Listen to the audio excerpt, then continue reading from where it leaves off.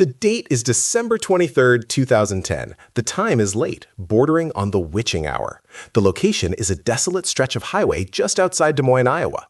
A heavy winter storm is brewing, burying the Midwestern landscape in sheets of ice and gray slush. Inside a brightly lit quick-trip convenience store, the fluorescent lights hum with a sickening, sterile buzz. The surveillance camera in the corner, an old analog device with a grainy lens, watches the sliding glass doors part open. A figure enters the frame. It is a man.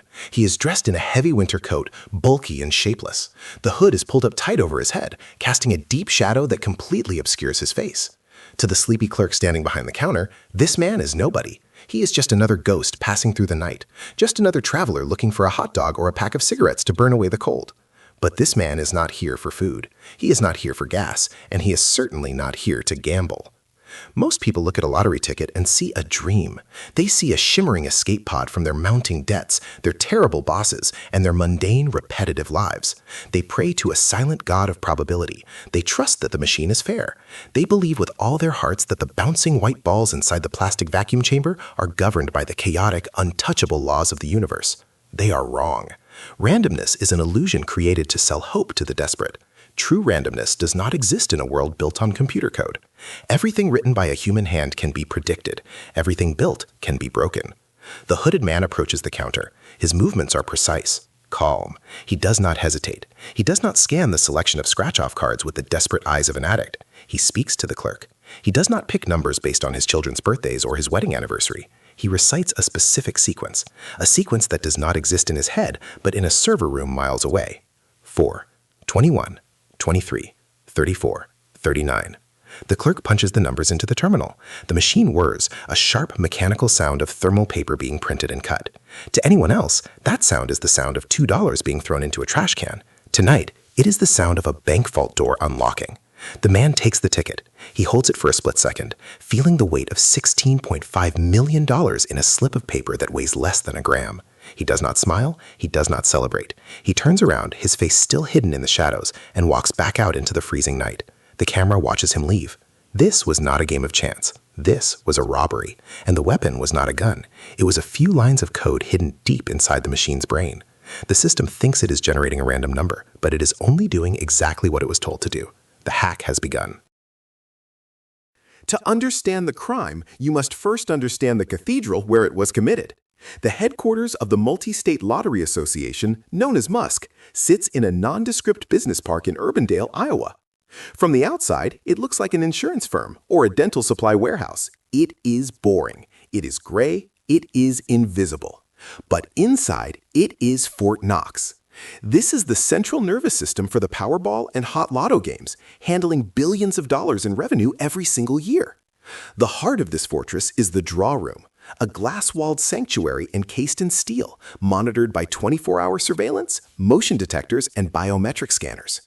Inside this room sit the computers, two identical air-gapped machines that have only one purpose: to generate random numbers that change the lives of strangers forever.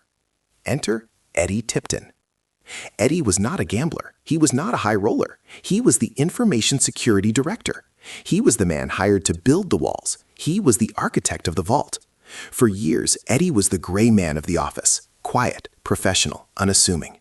He was the guy you passed in the hallway and forgot 5 seconds later. But behind his glasses and his calm demeanor lay a mind that operated on a different frequency. While his colleagues saw lottery balls and dollar signs, Eddie saw code. He saw the matrix, and he saw a fundamental flaw that nobody else understood. The flaw was philosophical as much as it was technical. A computer is a machine built on logic. It is a device of cause and effect. If you tell a computer to add 2 plus 2, it will always equal 4.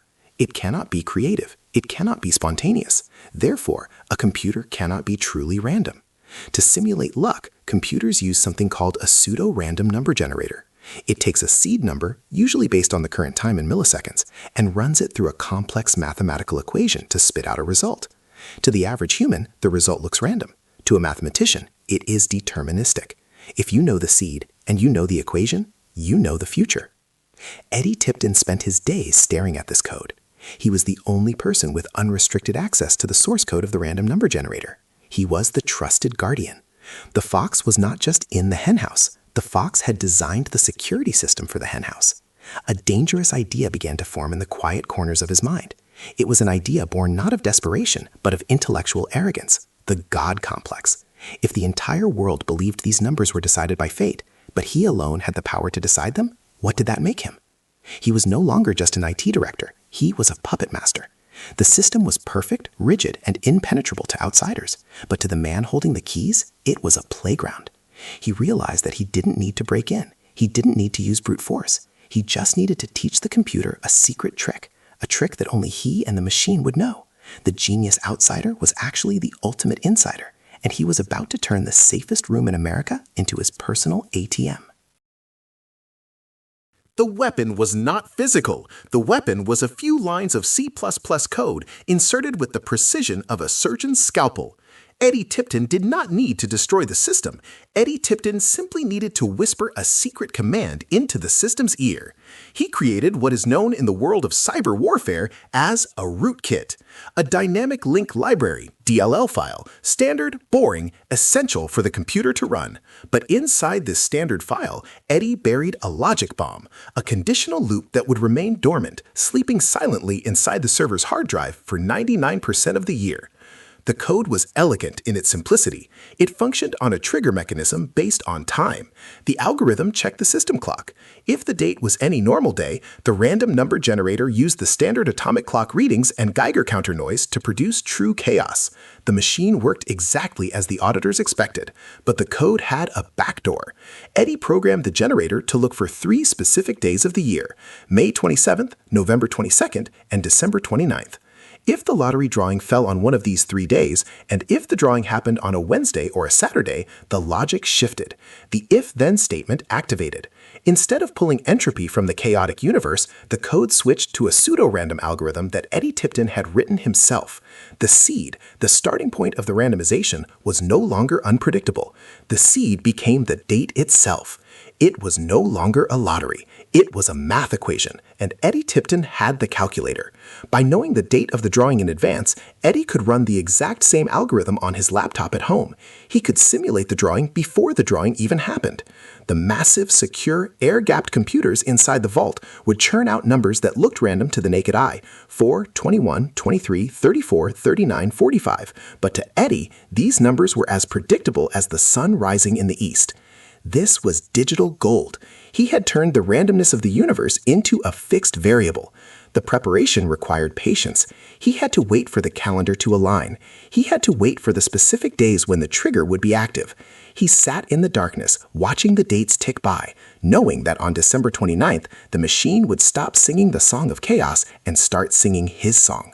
The mechanics of the heist were invisible. There were no broken windows. There were no tripped alarms. The vault door was wide open, but only for the man who knew the magic word. The code was compiled. The trap was set. Now, all Eddie Tipton had to do was walk into the trap and take the bait.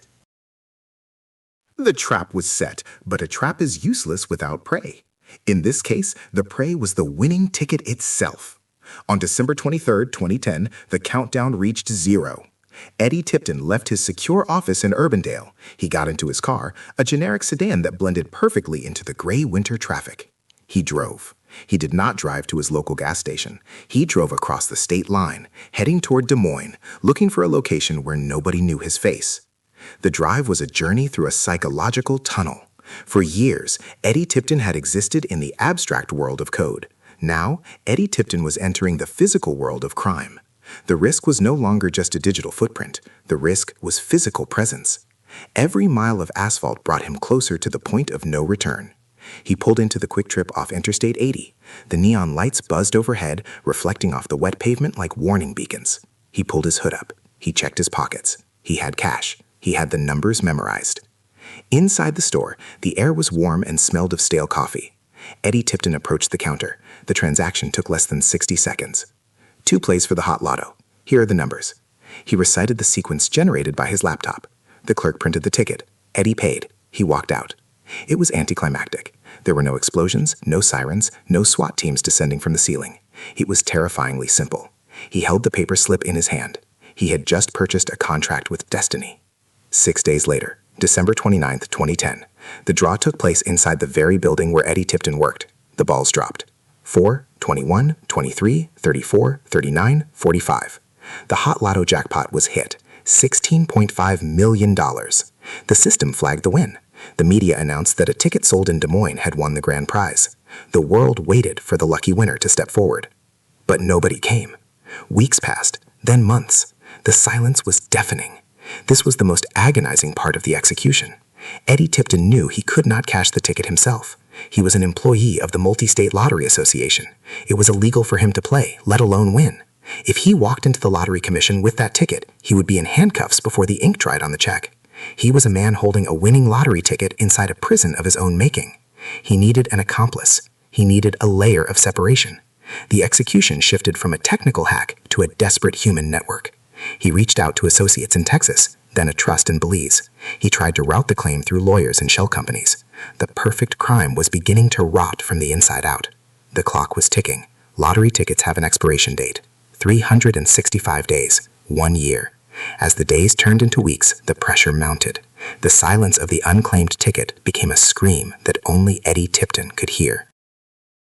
The perfect crime has one natural enemy: the human element. Eddie Tipton had engineered a flawless digital loop. The code worked, the numbers matched, the money was waiting. But Eddie Tipton made a single catastrophic miscalculation. Eddie Tipton assumed that because the digital trail was clean, the physical trail did not exist. This arrogance was the hacker's undoing. The Iowa lottery officials refused to pay the anonymous claim. The officials launched an investigation.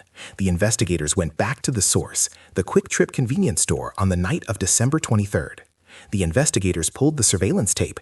It was not a high-definition digital file. It was a grainy, low-quality analog VHS tape. The footage was blurry. The footage showed a ghostly figure in a hood buying the winning ticket. The face was obscured. To the police, the man in the video was a phantom. The case went cold for years. The statute of limitations was about to expire. In a final act of desperation, the authorities released the grainy video to the public. The authorities asked a simple question: "Do you know this man?" The video played on the news. The video played in the very office where Eddie Tipton worked. And then the fatal flaw revealed itself. The flaw was not a bug in the software. The flaw was a voice. A coworker at the Multi-State Lottery Association watched the video. The coworker heard the hooded man ask for a hot dog. The coworker watched the hooded man's distinctive lumbering walk. The coworker froze. The realization was a lightning strike. That was not a stranger. That was Eddie Tipton. The genius outsider had been identified by the people sitting in the cubicle next to Eddie Tipton. The investigators focused on Eddie Tipton. The investigators found that Eddie Tipton was in Des Moines that day. The investigators analyzed the phone records, but the smoking gun was the code itself. Forensic analysts dove into the servers that Eddie Tipton had built. The analysts found the rootkit. The analysts found the command that hijacked the random number generator. The analysts found the specific logic that targeted May 27th, November 22nd, and December 29th. Eddie Tipton had deleted the code, but Eddie Tipton could not delete the shadow the code left behind on the hard drive. The delete button does not truly erase data. The delete button simply tells the computer that the space is available to be overwritten. The ghost of the code was still there, screaming the truth. The irony was absolute. The man who controlled the most sophisticated random number generators in the world was brought down by a cheap security camera and a hot dog. The fatal flaw was not technological incompetence. The fatal flaw was human hubris. Eddie Tipton believed Eddie Tipton was smarter than the eyes watching from the ceiling. Eddie Tipton was wrong. The trial of Eddie Tipton pulled back the curtain on a terrifying reality. This was not an isolated incident. This was not a one-time lapse in judgment. As investigators dug deeper, the investigators discovered a pattern that spanned across the country. Eddie Tipton had not just hacked the Iowa Hot Lotto. Eddie Tipton had successfully rigged lottery drawings in Colorado, Wisconsin, Oklahoma, and Kansas. For years, Eddie Tipton and his network of accomplices, including his brother Tommy Tipton and his friend Robert Rhodes, had been silently siphoning millions of dollars from the public trust. They were ghosts in the machine, moving through the digital infrastructure of America, turning chance into certainty. In 2017, Eddie Tipton was sentenced to 25 years in prison. The mastermind was locked away. The rootkit was analyzed, dissected, and destroyed. The Multi-State Lottery Association overhauled its security protocols. The Multi-State Lottery Association replaced the computers. The Multi-State Lottery Association promised a world that the system was safe again. But the damage was already done. The illusion of randomness had been shattered. The public looked at the bouncing balls and saw doubt. If the man in charge of security could rig the game for a decade, who else is watching? Who else has the keys? The legacy of the Tipton case is not the money lost. The legacy is the loss of faith in the black box. We live in a world governed by algorithms. Algorithms decide who gets a loan. Algorithms decide who gets a job. Algorithms decide what news we see. We trust these systems because we believe the systems are neutral. We believe the systems are objective math. But Eddie Tipton proved that math is only as objective as the human who writes the code. Every system has an architect, and every architect has a flaw. As the screen fades to black, the question remains. Eddie Tipton was caught because Eddie Tipton got greedy. Eddie Tipton was caught because Eddie Tipton bought a ticket himself. But what if there is another Eddie Tipton out there? A smarter version, a version who writes the code but never touches the ticket, a version who sells the winning numbers on the dark web for Bitcoin, untraceable and invisible. The code is just a tool. The tool waits for a hand to pick it up. The lottery continues. The balls continue to bounce. The people continue to hope. But in the quiet hum of the server rooms, the ghosts are still watching. The hack is not over. The hack has just evolved.